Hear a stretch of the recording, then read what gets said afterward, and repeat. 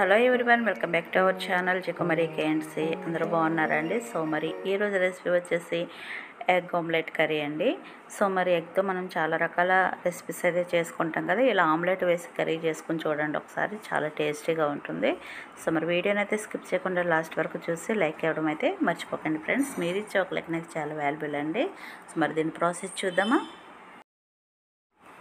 ఈ రెసిపీ చేసుకోవడానికి ఆనియన్స్, పచ్చిమిర్చి, టమాటా అలాగే కరివేపాకు తీసుకున్నాను. వీటిని అయితే సన్నగా కట్ చేసి పెట్టుకున్నాను. కాస్త ఉల్లిగడ్డలు అయితే ఎక్కువగానే తీసుకోవాలి. అలాగే దీంట్లోకి ఒక 6 ఎగ్స్తో అయితే ఆమ్లెట్స్ వేసుకోవాలి. మన ఇష్టం అది.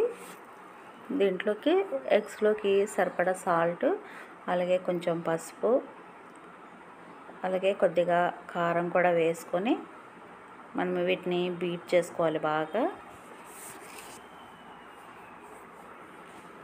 మనం ఇది ఎంత ఎక్కువ బీట్ చేస్తే అంత బాగుంటుంది.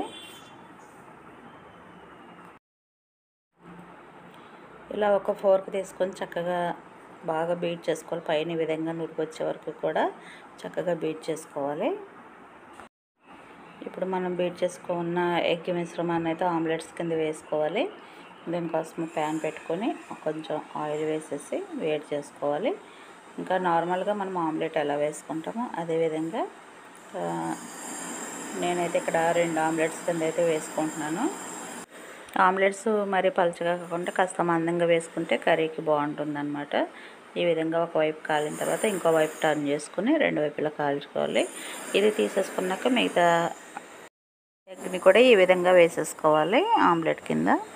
ఇలా 2 ఆమ్లెట్లు అయితే ప్రిపేర్ చేసుకోవాలి. ఇప్పుడు 2 ఆమ్లెట్స్ అయితే రెడీ అయిపోయినాయి. ఇంకా మనకి ఇప్పుడు కర్రీ ప్రిపేర్ చేసుకోవడానికి గిన్నె పెట్టుకుని ఆయిల్ వేసుకోవాలి. ఈ కర్రీకి కొంచెం ఆయిల్ అయితే ఎక్కువ పడుతుంది. దీంట్లోకి కొంచెం ఆవాలు, జీలకర్ర వేసుకొని వేయించుకోవాలి. ఇవి ఫ్రై అయిన తర్వాత దీంట్లోకి కట్ చేసి పెట్టుకున్న ఆనియన్స్, పచ్చిమిర్చి వేసేసి ఫ్రై చేసుకోవాలి. అలాగే కరివేపాకు కూడా వేసేసి వీటిని చక్కగా బ్రౌన్ కలర్ వచ్చే వరకు ఫ్రై చేసుకోవాలి. ఆనియన్స్ ఈ విధంగా మగ్గితే సరిపోతాయండి. ఇది ఒకసారి కలుపుకొని ఇప్పుడు ఇందులోకి టమాటాలు అయితే వేసేసుకోవాలి. టమాటా వేసుకున్న వెంటనే కలపకుండా అట్లానే మూత పెట్టేసి మగ్గనిస్తే కనుక చక్కగా మనకి గ్రేవీ బాగా వస్తుందన్నమాట. చూడండి ఇప్పుడు కాస్త మగ్గినాయి కదా. ఇప్పుడు ఒకసారి ఈ విధంగా కలుపుకొని మూత పెట్టేసి ఇంకొక 2 మినిట్స్ పాటు కుక్ అవనివ్వాలి. ఇప్పుడు ఆనియన్, టమాటా 2 కూడా చక్కగా వేగిపోయాయి. దీంట్లోకి ఇప్పుడు ఒక 1/2 టీ స్పూన్ అల్లం వెల్లుల్లి పేస్ట్ వేసుకొని దీన్ని 1 నిమిషం పాటు చక్కగా వేగనివ్వాలి.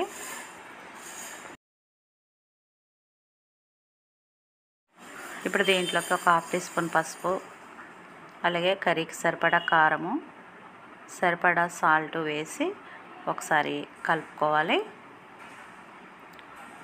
చాలా సింపుల్గా టేస్టీగా ఈ కర్రీ మనం ప్రిపేర్ చేసుకోవచ్చు. ఇలా కలుపుకున్న తర్వాత దీంట్లోకి కొంచెం వాటర్ వేసుకో, ఎక్కువ అవసరం లేదు, కొద్దిగా వేసుకుంటే సరిపోతుంది. ఇది ఒక 2 మినిట్స్ పాటు కుక్ అవనివ్వాలి.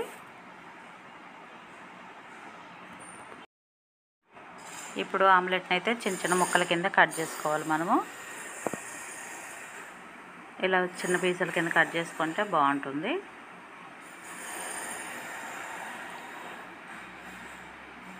ఈ విధంగా కట్ చేసి పెట్టుకోవాలి. ఆమ్లెట్ అంతా కొంచెం మందంగా వేసుకున్నాం కదా, ఇలా వేసుకుంటే ముక్కలు మంచిగా ఉంటాయి. ఈ విధంగా కట్ చేసి పెట్టుకోవాలి.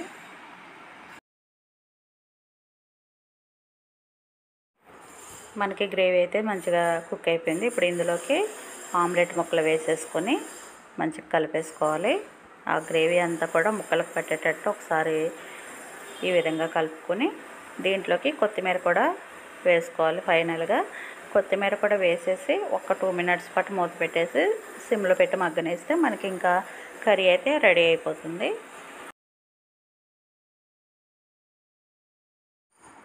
అంతే అండి, మనకి ఇంకా simple and tasty omelette curry అయితే రెడీ అయిపోయింది. ఇంకా స్టవ్ ఆపేసుకోవచ్చు. ఈ కర్రీ అయితే మనకి రెడీ అయిపోయింది. చూసారు కదండి, simple and tasty omelette curry ఎలా చేసుకోవాలో. రెసిపీ నచ్చితే మీరు కూడా ట్రై చేయండి ఫ్రెండ్స్. ఇది చపాతీలోకి అయితే చాలా బాగుంటుంది, రైస్లో కంటే కూడా. సో మరి వీడియో కనుక నచ్చితే ప్లీజ్ లైక్ చేయండి, షేర్ చేయండి. మన ఛానల్ ఫస్ట్ టైం చూస్తుంటే కనుక ప్లీజ్ సబ్స్క్రైబ్ చేసుకొని సపోర్ట్ చేయండి ఫ్రెండ్స్. మీరు ఇచ్చే సపోర్ట్ మాకు చాలా అవసరం అండి. లైక్ ఇవ్వడం అయితే అస్సలు మర్చిపోకండి. సో మరి మరొక వీడియోతో మళ్ళీ కలుసుకుందాం. థ్యాంక్ యూ అండి. Thank you for watching.